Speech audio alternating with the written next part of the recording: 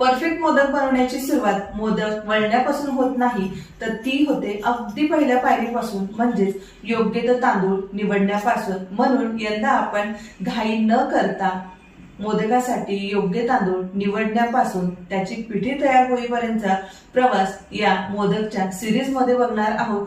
चला तर मग आजपासून सुरू करूया मऊ लुसलुशीत मोदकांच्या प्रवासाची पहिली पायरी।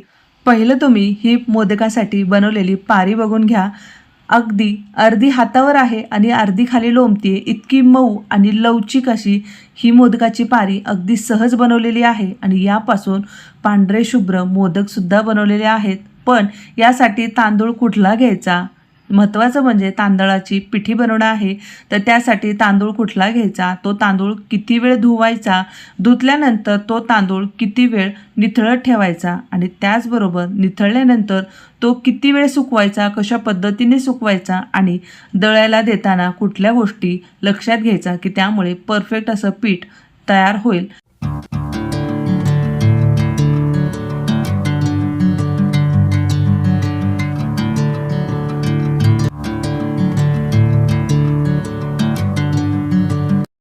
तर सुरुवातीला आपण घेतलेले तांदूळ मोजून घेऊया। वजनी प्रमाणामध्ये 1 किलो हे तांदूळ आहेत। तर सर्वप्रथम इथे मी आंबेमोहर तांदूळ घेतलेला आहे। तर तांदूळ घेताना कुठली काळजी घ्यायची, तर तांदूळ घेताना तो जुना आहे की नाही हे चेक करायचं आणि नवीन असेल तर त्यावरती हलकी पॉलिश असते, त्यामुळे तो तांदूळ नवीन आहे हे लक्षात येतं। आणि जुना तांदूळ थोडा मॅट फिनिशमध्ये आणि काळसर स्वरूपाचा दिसतो। तर असा इथे मी 1 किलो आंबेमोहर तांदूळ घेतलेला आहे। त्याचबरोबर दुसऱ्या बाउलमध्ये 1 किलो प्रमाणामध्येच मी इंद्रायणी राईस घेतलेला आहे आणि तुम्ही याचा टेक्स्चर बघू शकता, अगदी मॅट फिनिशमध्ये आहे आणि हलका काळसर याचा रंग दिसत आहे, म्हणजे हा जुना इंद्रायणी राईस आहे। तो सुद्धा 1 किलो घेतलेला आहे। आता तिसऱ्या बाउलमध्ये मी तांदूळ घेत आहे, तर ते किती आहेत, पाव किलो आहेत, कारण इथे मी यामध्ये बासमती राईस पाव किलो घेत आहे। जर तुमच्याकडे लांब दाण्याचा बासमती तांदूळ नसेल तर तुम्ही बासमती तुकडा सुद्धा घेऊ शकता आणि या तांदळाचा तुम्ही टेक्स्चर बघू शकता, हलकं काळसर या तांदळाचं टेक्स्चर आहे, म्हणजे हा तांदूळ जुना आहे। तर अशा पद्धतीने सुवासिक मोदक बनवण्यासाठी इथे मी हे 3 प्रकारचे तांदूळ घेतलेले आहेत। आंबेमोहर तांदळामुळे या मोदकाला सुवास खूप छान येतो। इंद्रायणी राईसमध्ये एक चिकटपणा असतो, त्यामुळे तुमची पारी तुटणार नाही, मध्येच फाटणार नाही, अगदी लवचिक मऊसूद अशी पारी तयार होते। आणि बासमती तांदळामुळे या दोन्हीचं बॅलन्स अगदी परफेक्ट होतं। तर या ठिकाणी हे तिन्ही तांदूळ मी एकत्र केलेले आहेत। आता तांदूळ किती वेळ धुवायचे आणि कसे धुवायचे ते बघणार आहोत। तर इथे तांदूळ एकत्र करून घेतल्यानंतर यामध्ये भरपूर असं पाणी घालायचं, पण याला खूप जास्त चोळून आपल्याला अजिबात धुवायचं नाही। फक्त या तांदळासोबतच काही धूळ, काही वेगळ्या धान्याचे कण असतील, त्याचबरोबर यावरती काही फवारणी केली असेल, पावडर लावलेली असेल तर ती निघून जाते। त्यासाठी आपल्याला हा तांदूळ जवळपास 2 ते 3 पाण्याने धुवून घ्यायचा आहे, पण भरपूर असं पाणी घालून धुवून घ्यायचं आहे, त्यामुळे यातली सर्व घाण निघून जाते आणि यामुळे धुतल्यानंतर तांदूळ पांढरा शुभ्र दिसतो आणि त्यामुळे आपले मोदकसुद्धा अगदी पांढरे शुभ्र होतात।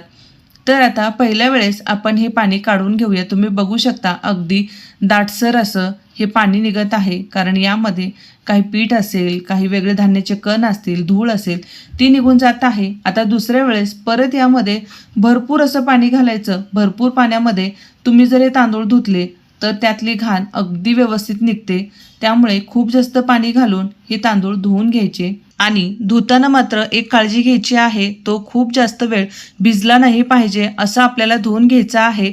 अगदी पाण्यामध्ये हा तांदूळ घातल्यानंतर 10 ते 15 सेकंदामध्येच तुम्हाला थोडंसं हलक्या हाताने व्हिडिओमध्ये दाखवल्याप्रमाणे चोळायचं आहे आणि त्यानंतर यातलं पाणी पटकन काढायचं आहे। आता तुम्ही बघू शकता दुसऱ्या वेळेसच्या पाण्यामध्ये सुद्धा दाटसरपणा आहे आणि हलकं पीठ निघाल्यासारखं पाणी निघत आहे, त्यामुळे परत आपल्याला हे तांदूळ धुवावे लागणार आहेत। आता आपण तिसऱ्या वेळेस यामध्ये भरपूर पाणी घातलेलं आहे आणि फरक तुम्ही स्वतः बघू शकता. सुरुवातीपेक्षा आता पाणी निथळ दिसायला लागलेलं आहे, त्यामुळे यातली घाण पूर्णपणे निघालेली आहे. परत एकदा तळापासून तांदूळ छान हलवून घेऊया आणि हे सुद्धा पाणी पटकन आपल्याला काढून घ्यायचं आहे. तर या ठिकाणी मी 3 वेळेस हा तांदूळ धुतलेला आहे. आता यामधलं आपण पूर्णपणे पाणी काढून घेतलेलं आहे. आता तांदूळ किती वेळ निथळत ठेवायचे, कसे निथळत ठेवायचे ते बघणार आहोत. तर या ठिकाणी माझ्याकडे अशी स्टीलची एक चाळणी आहे, त्याच्या खाली मी एक बाऊल ठेवलेला आहे, म्हणजे एक्स्ट्राचं जे पाणी आहे त्या बाऊलमध्ये जमा होईल. तर या चाळणीवरती आपल्याला तांदूळ निथळत ठेवायचा आहे. तर आता तांदूळ तुम्ही एक अर्धा तास निथळत ठेवा, म्हणजे त्यातलं पूर्ण पाणी निघून गेलं की तो सुकवताना तुम्हाला अडचण येणार नाही. पण आता तुम्हाला अर्धा तास वेळ नसेल, घाई असेल तर काय करायचं, तर हा तांदूळ एका जाडसर कॉटनच्या कपड्यावरती पसरवून द्यायचा, म्हणजे यातलं जे पाणी आहे तो कॉटनचा कपडा पूर्ण ओढून घेईल आणि त्यामुळे तांदूळ लवकर कोरडा होईल. आणि अर्ध्या तासानंतर तुम्ही दुसऱ्या एका कॉटनच्या कपड्यावरती पातळ असा थर देऊन तो सुकून घेऊ शकता. तर आता अर्धा तास मी चाळणीमध्ये तो तांदूळ ठेवला होता आणि अर्ध्या तासानंतर इथे मी एक सुती कापड अंथरून घेतलेला आहे. आता त्यावरती हा तांदूळ घालून सुरुवातीला एक 15 मिनिटं मी याचा जाडसर थर ठेवणार आहे आणि 15 मिनिटानंतर मग हा तांदूळ मी अगदी पातळ असा पसरवून घेणार आहे. त्यामुळे काय होतं, यातलं थोडंफार काही पाणी असेल, या तांदळाला काही पाण्याचा ओलसरपणा असेल, तो सुरुवातीला 15 मिनिटामध्ये निघून जाईल आणि त्यानंतर आपण त्याचा पातळ थर देऊन वाळत ठेवल्यानंतर ते लवकर वाळले जातात. आणि आता पावसाळ्याचे दिवस आहेत, त्यामुळे वातावरण दमट आहे, थंड आहे, त्यामुळे तांदूळ लवकर सुकला जाणार नाही. पण मी सांगितलेली स्टेप्स तुम्ही जर फॉलो केली तर तांदूळ ह्या दिवसामध्ये अगदी फॅनला कमी वेळामध्ये छान वाळला जातो. 15 मिनिटानंतर तुम्ही ते तांदूळ बघू शकता, हलका वाळलेला आहे, म्हणजे त्यातलं जे पाणी आहे ते पूर्ण सुकलेलं आहे. आता एका दुसऱ्या मोठ्या सुती कापडावरती हा तांदूळ व्हिडिओमध्ये तुम्ही बघू शकता अगदी पातळ थर देऊन तो पसरवून घेतलेला आहे. यामुळे काय होतं, तो सुकण्यासाठी कमी वेळ लागतो. तरी पावसाळ्याच्या दिवसामध्ये 10 ते 15 किंवा 16-17 तास हे तांदूळ छान सुकण्यासाठी वेळ लागतो. तर इथे तांदूळ दळून आणण्यासाठी परफेक्ट असे वाळले हे कसे ओळखायचे, तर तांदूळ हातामध्ये घेतल्यानंतर ते अगदी कोरडे आणि त्यावरती तुम्हाला कसलाही ओलावा जाणवत नाही किंवा थंडपणा जाणवत नाही.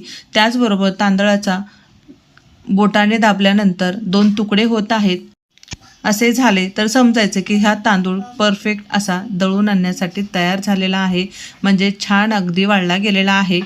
आणि तांदूळ हातात घेतल्यानंतर एकमेकाला चिटकत आहेत, थोडासा थंडपणा जाणवत आहे, ओलावा जाणवत आहे, तर त्यावेळेस तो तांदूळ अजिबात दळायला द्यायचा नाही. मोदकासाठी तांदूळ दळत असताना त्या घरघंटीमध्ये अगोदर तांदूळ दळलेले असावेत, म्हणजे त्यामध्ये कुठल्याही इतर धान्याचे कण येणार नाहीत.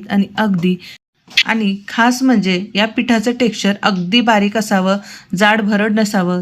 जाडसर असेल तर थोडंसं चाळून घ्यायचं, म्हणजे त्यापासून परफेक्ट अशी लवचिक मऊसूत तुम्ही मोदकाची पारी बनवू शकता.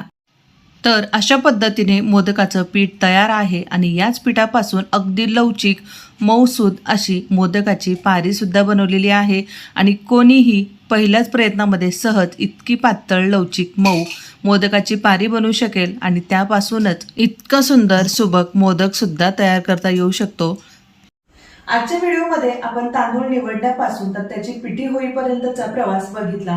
पण आता याच पिठीपासून परफेक्ट मऊ लवचिक अशी उकड कशी बनवायची ते उद्याच्या भागात बघणार आहोत. त्यामुळे मोदक सिरीजचा उद्याचा भाग पाहायला विसरू नका. त्याचबरोबर तुम्ही प्रियंकाच मराठी किचन आपल्या या YouTube चॅनेलला लाईक, शेअर आणि सबस्क्राईब केलं नसेल तर पटकन सबस्क्राईब करा. त्यामुळे मोदकाच्या सिरीज मधले प्रत्येक व्हिडिओ तुम्हाला पाहता येतील आणि पहिल्याच प्रयत्नामध्ये तुम्ही परफेक्ट असे मोदक तयार करू शकता.